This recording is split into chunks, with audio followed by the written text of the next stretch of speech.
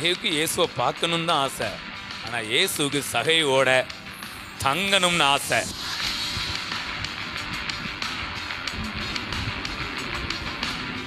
இயேசு என் வீட்டில் தங்க போகிறாங்க அந்த சந்தோஷத்தின் நிமித்தமாக சகை தான் யார், பாவிங்கிறத மறந்துட்டாரு, துரோகிங்கிறத மறந்துட்டாரு.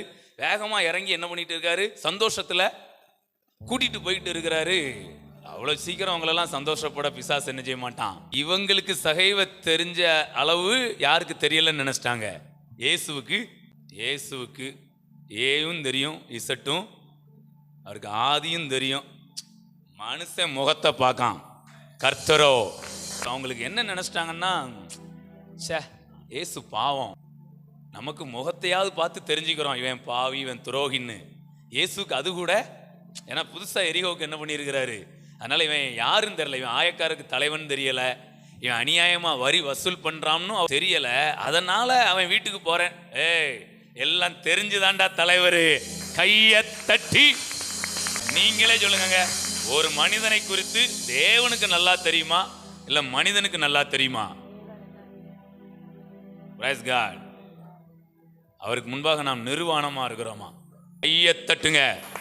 Price God. என் தேவனுக்கு என் இருதயமும் தெரியும், என் இருதயத்தின் மையப்பகுதியும் தெரியும். நான் என்ன யோசிக்கிறேன், என்ன சிந்தனையில் இருக்கிறேன். Praise God. இவர் பாவியான மனுஷனிடத்தில் தங்கும்படி அவன் இந்த சத்தம் யாருக்கு கேட்கு? சகைவுக்கு. உடனே சகையு சந்தோஷமா இருந்தான். இப்போ டக்குன்னு அந்த இடத்துல நிற்கிறான். எப்படி இயேசுவை என் வீட்டுக்கு என்ன செய்யணும் கூட்டிட்டு, உடனே தன்னுடைய தவறையெல்லாம் உணர்ந்து அறிக்கை பண்ணுறான். நான் யார்கிட்டையாவது அநியாயமாக வாங்கியிருந்தேன்னா நாளைத்தனையாக திரும்ப என்ன பண்ணுறேன், இது எங்கே இருந்துங்க வந்துச்சு?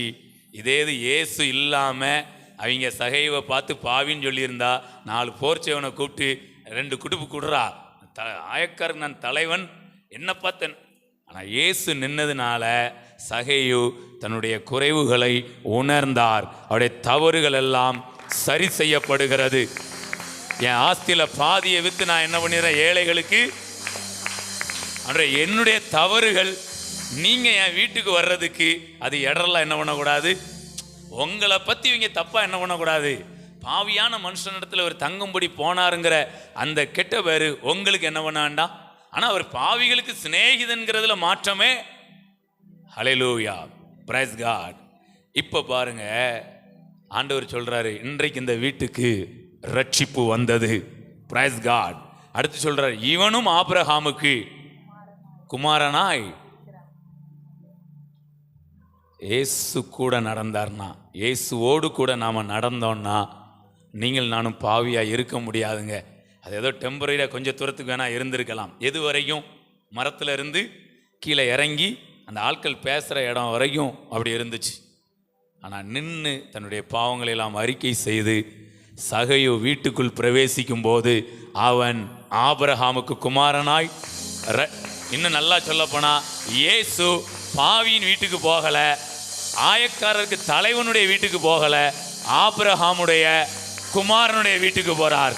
இன்றைக்கு நம்முடைய எல்லாருடைய வீடும் அது ஆபிரகாமின் குமாரனுடைய வீடாக இருக்கிறது.